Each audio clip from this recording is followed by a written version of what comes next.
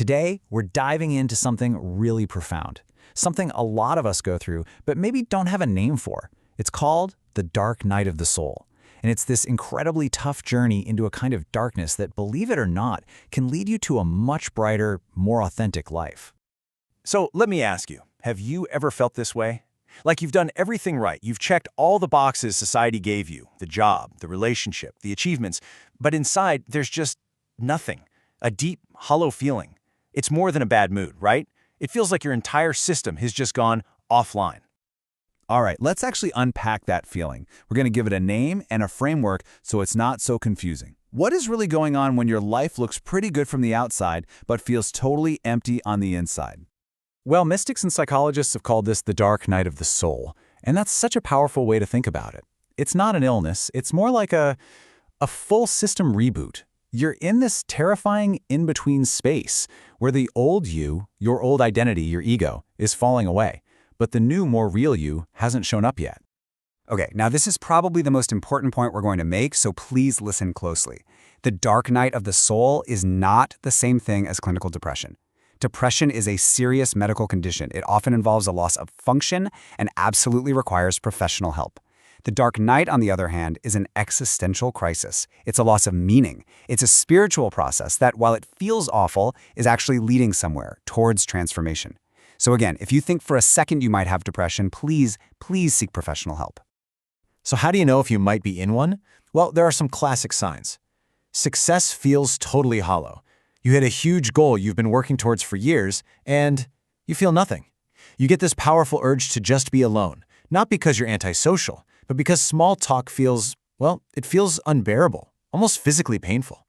Your core beliefs, the things that used to guide you, they just start to crumble and seem false.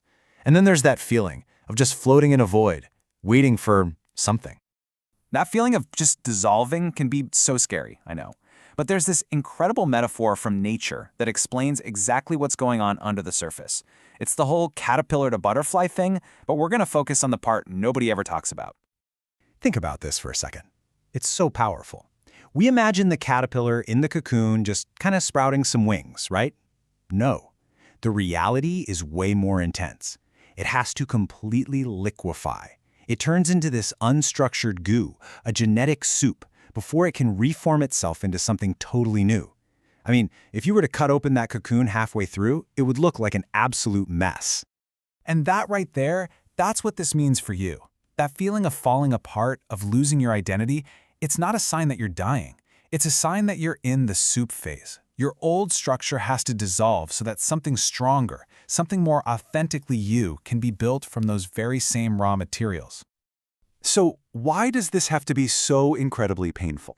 I mean, why does it feel like a five-alarm crisis? The answer is that there's a huge battle going on deep inside you. It's a battle between two really powerful forces.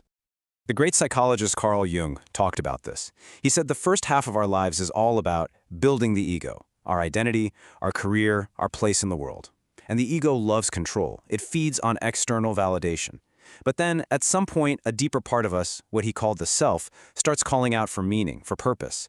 The dark night is basically the ego throwing a massive tantrum because it's losing control and its entire world feels threatened.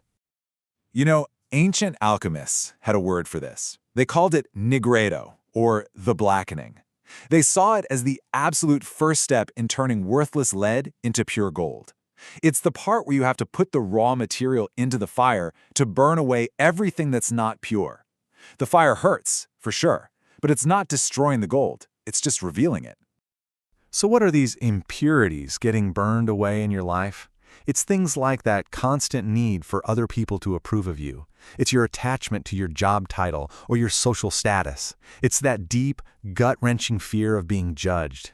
The dark night is the fire that's burning all that away, leaving behind only what's real. And here it is. This is the biggest trap of all. Your ego, which has been your problem solver your whole life, will try to think its way out of this. It'll tell you, oh, I just need a new job, or I just need to read one more self-help book. But trying to think your way out of this is like struggling in quicksand. You just sink faster. The dark night is not a logical problem you can solve. It's a soul experience you have to surrender to. Okay, so if you can't fight your way out, what on earth are you supposed to do? Well, the wisdom on this is completely counterintuitive, especially for our modern, always be productive minds. It's not about doing more. It's actually about doing way, way less. The key is surrender. Just stop fighting it. Accept that your soul is in a winter season, and you can't force spring to come. You have to dare to just sit in that uncomfortable void, to allow yourself to not know who you are or what's coming next. Journaling can be a huge help here. It's like talking to the void and listening for an answer. And above all, you have to trust. Trust that just like that caterpillar, the blueprint for who you're becoming is already inside you. Now, this void isn't just one big, flat, empty space. It usually has stages. First, there's the purge, where old emotions, old traumas, they all come bubbling up to the surface to be released. It's messy. Then comes the hardest part, the 0 point. This is a total numbness, where you literally feel nothing at all. It's the deepest, darkest part of the cocoon. But if you can just hang on, you'll eventually get to the spark.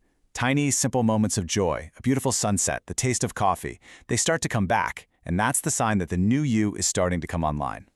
And a really critical warning here. Beware of what's called the spiritual bypass. This is when you use feel-good spiritual sayings like it's all love and light to try and skip over the painful work. You can't. You cannot skip the nigredo, the blackening. Real, lasting transformation requires you to actually sit in the mud, to feel the grief of the old you dying before you can honestly celebrate the new life. So, what is waiting for you on the other side of all this pain and confusion? Let me tell you, it's not just about being happy again. That's thinking too small. The result is something so much deeper, so much stronger, and way more profound. The outcome is a state called anti-fragility. See, resilience is about bouncing back to how you were before. Anti-fragility is about getting stronger because you went through the chaos. You don't just survive the fire, you are literally forged by it. The result isn't some superficial, fleeting happiness. It's a deep, unshakable core of strength. And what does that strength actually look like in your life? Well, you come out the other side with so much less fear of loss because you've already lost your entire old self and you survived. You find the courage to finally speak your truth without apology. People start to notice a new gravitas about you, a real depth. And maybe the best part of all, you are finally, truly free from that exhausting, lifelong need for everyone else's approval. So let's end with this incredible metaphor. If you're in this process, it feels like you're going backward, right? Like you're losing ground. But just think about an arrow. To fly forward with incredible power and speed, it first has to be pulled all the way back into the darkness, the dark night. That's the pulling back. So the question I want to leave you with is this.